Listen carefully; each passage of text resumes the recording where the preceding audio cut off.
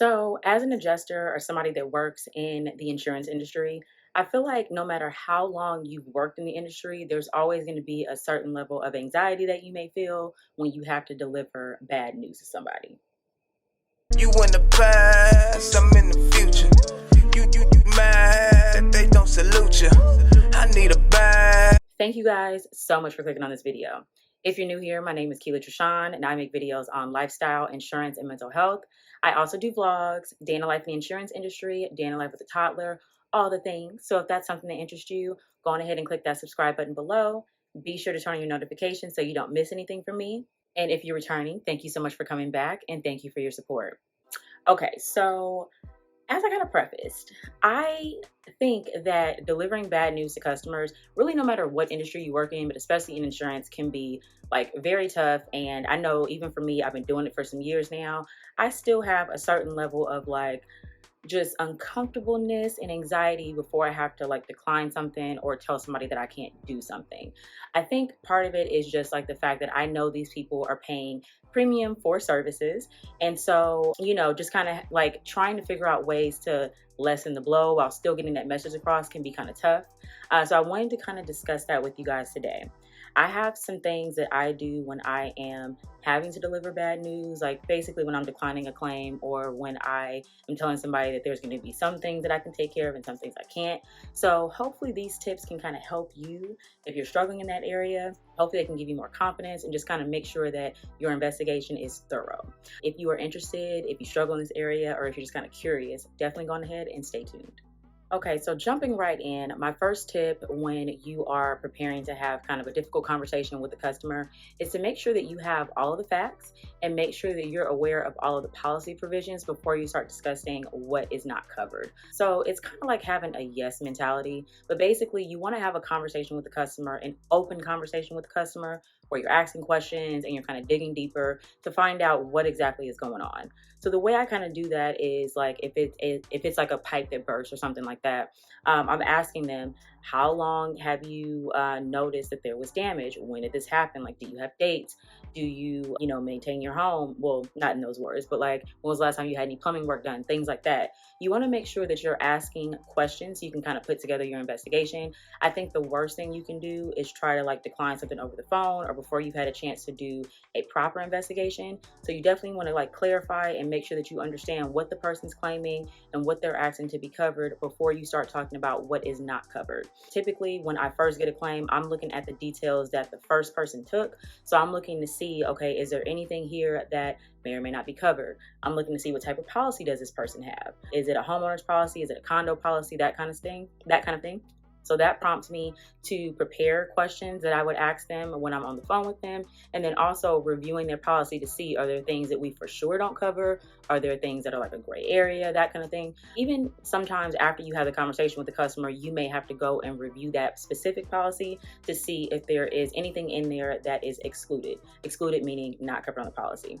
So just make sure that you're asking open-ended questions and getting all of the facts and actually reviewing that person's policy before you start talking about what you can't do. Okay, so my second tip is once you have all the facts, once you have had a chance to review the policy, definitely let the customer know before you start your investigation. Let them know of possible exclusions. For example, I have a claim right now where a customer is saying that his gate is sinking, like kind of into the foundation. Things that are sinking and collapsing, the foundation itself, those are things that are not covered on the policy. We do have to do further investigation, but that's something that I wanted to let the customer know up front, like, hey, these type of damages are not covered. We will do further investigation to see if there is anything that we can cover, but just so you know, this, and this is not covered. So once you know the facts, you can kind of better give the customer an idea.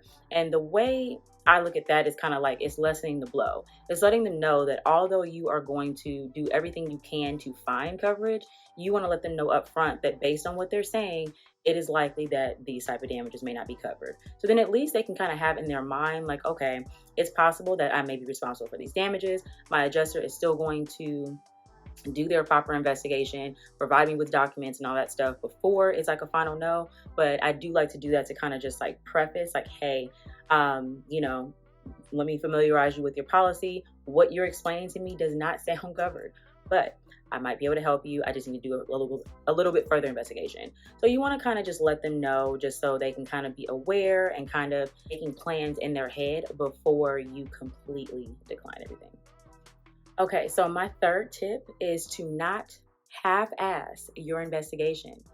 Now, with that same example that I gave for tip 2, with the gentleman that has the sinking gate. Now, I went out to personally inspect this property. You want to kind of show face, especially if it's a situation where you know there may not be coverage. You want to show face so you can kind of just show that, hey, like I am here to, see what I can do. I am here to help you out. I'm going to take photos. I'm going to take measurements. I'm going to do all I can do. But you also want to make sure that you're doing the proper investigation. As an adjuster, I am not a contractor. I'm not an engineer. So I might have to engage these folks to tell me exactly what's going on. So it'd be easy for me to just go out, look at this gate and be like, I don't see anything that looks like it could be covered. I'm going to decline it. But that would be me half-assing the investigation. So before I even went out to this claim, I did talk to my manager about it. Like, hey, these are the facts. Is it okay if I engage an engineer? So in this case, I am going to have an engineer come out. They're going to do a full inspection of the gate. They're going to take their photos and measurements, but they're also going to test the soil. They're going to test the area around it. And then they can kind of give us an idea of how long things have been going on, what the customer can do to fix it, and basically what the situation is. What I like about getting investigative reports is it makes it easy for me to just kind of read through the information, read through the conclusions from an actual expert, and then using that information to determine if there's coverage or if there's not coverage.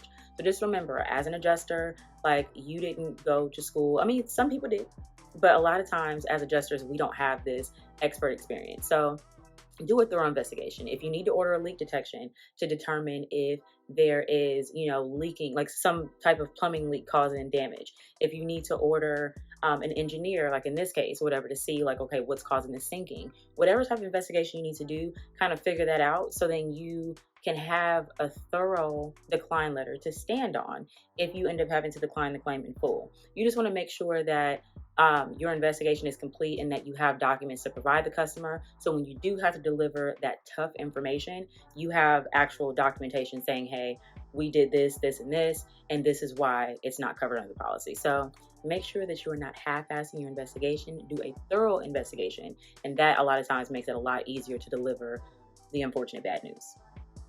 Okay, so my fourth tip is when you have completed your investigation and you've talked to the customer, you've done everything you can do, and you determine that there is no coverage on the policy for what they're claiming, make sure to deliver that news in a phone call or in person.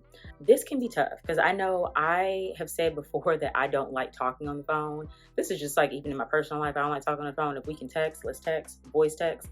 I do all that. I don't like talking on the phone, especially when I could potentially have a confrontation with somebody, based on coverage.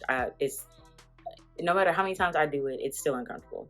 However, I kind of compare it to like, breaking up with somebody or just delivering like serious news. It's not really something that you want to deliver in a text message or in an email. If you're not able to cover something and it could potentially be like a huge financial burden on your customer, you want to be able to kind of deliver that information. Again, if you feel safe doing it in person, do it in person, like while you're on site, or have a phone call. Like make sure that you give them a call and let them know, hey, this is what's going on. Even if you're leaving a voicemail, you can at least kind of articulate, what was done and why the claim isn't covered. Also, I feel like a phone call is good because you give the person an opportunity to ask you questions in real time. Even if they are frustrated or even if they're angry, you give them a chance to kind of let that out. But I think the biggest thing is just kind of like reiterating the fact that you've done your investigation. You let them know ahead of time that these things may or may not be covered. And based on your investigation, there is no coverage. So definitely want to try to deliver that information in a way that shows empathy and kind of in a way where like you're understanding, like you're acknowledging the fact that this could be a big financial burden, but at the same time, you are an adjuster and you have to adhere to their policy. So just try not to deliver those things via email. You can follow up with an email for sure. And then you definitely have to send them an actual decline letter with policy language, kind of explaining the provisions and all that stuff. That's typically a DOI, Department of Insurance type requirement. But yeah, have those conversations over the phone or in person for sure. Okay, so my last tip is really going to depend on the company, but most insurance companies, even if you decline a claim, customers are still able to use the resources that the insurance company has, and they are entitled to insurance pricing. So you want to make sure that you're offering the customer something, even if you can't pay for it. If it's like a water situation, offer them your vendors to help them get a quote. If it's a mold situation, offer your vendors to help them get a quote. Provide them with different information that you may have, like off the record. You want to make sure if you are doing something off the record, then you let them know, hey, this is not a vendor that works with said company, but you're just simply trying to provide them with a resource, because a lot of times people just simply don't know where to go. Like, you'd be surprised, people own homes and people, have these properties, but sometimes people just, they don't have a contractor, they don't have anybody that they know that can take care of mold and stuff like that. So try to make yourself a resource, because again, they are still paying for services. So even if you can't pay, try to give them options on like what they can do.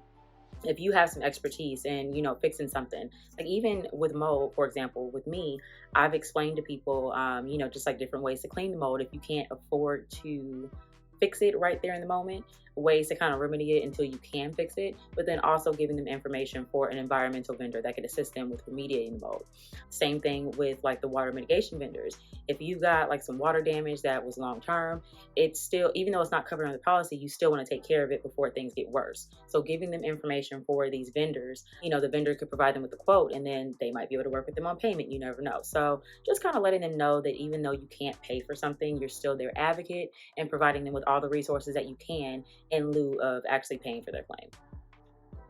All right, you guys, so that is all that I have for you today. I really hope this video was helpful. Again, I am a seasoned adjuster, but I still have trouble sometimes when I have like when I have to deliver tough news, when I have to tell somebody that something isn't covered, or when someone is clearly in a bad situation and I can't help them. It's still tough for me, even to this day. So I try to use these tips to just kind of like set things up, let them know ahead of time. Like, the last thing you want to do is lead them to thinking that you might be able to cover something when you can't.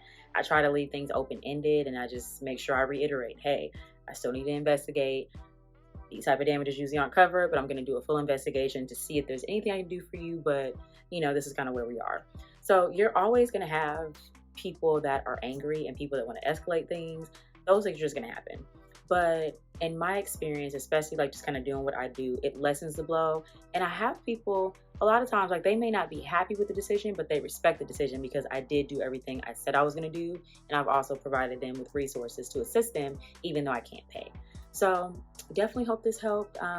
I want to wish you guys luck if you are in a position where you have to have some, tough conversations. If you're an adjuster, it's definitely part of the job.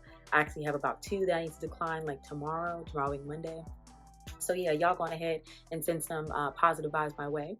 But yeah, if you enjoyed this video, if it helped, if you learned something, definitely go on ahead and click the subscribe button below.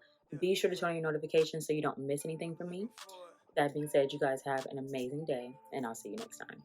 You in the past, I'm in the future. You